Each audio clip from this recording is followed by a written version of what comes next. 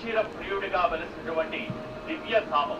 ప్రకృతి కాంతకు ఆధ్యాత్మికత తోడైతే ఎలా ఉంటుంది? ఇదిగో మహానది క్షేత్రాన్ని దర్శిస్తే మనకి తెలుస్తుంది.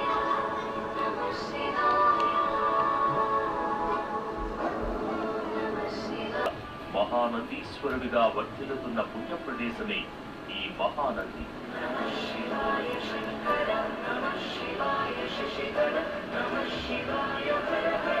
కాస్త ముందుకు వెళ్తే ఆది దంపతులు మనల్ని స్వాగతిస్తున్నట్టు రాజగోపురం దర్శనమిస్తుంది.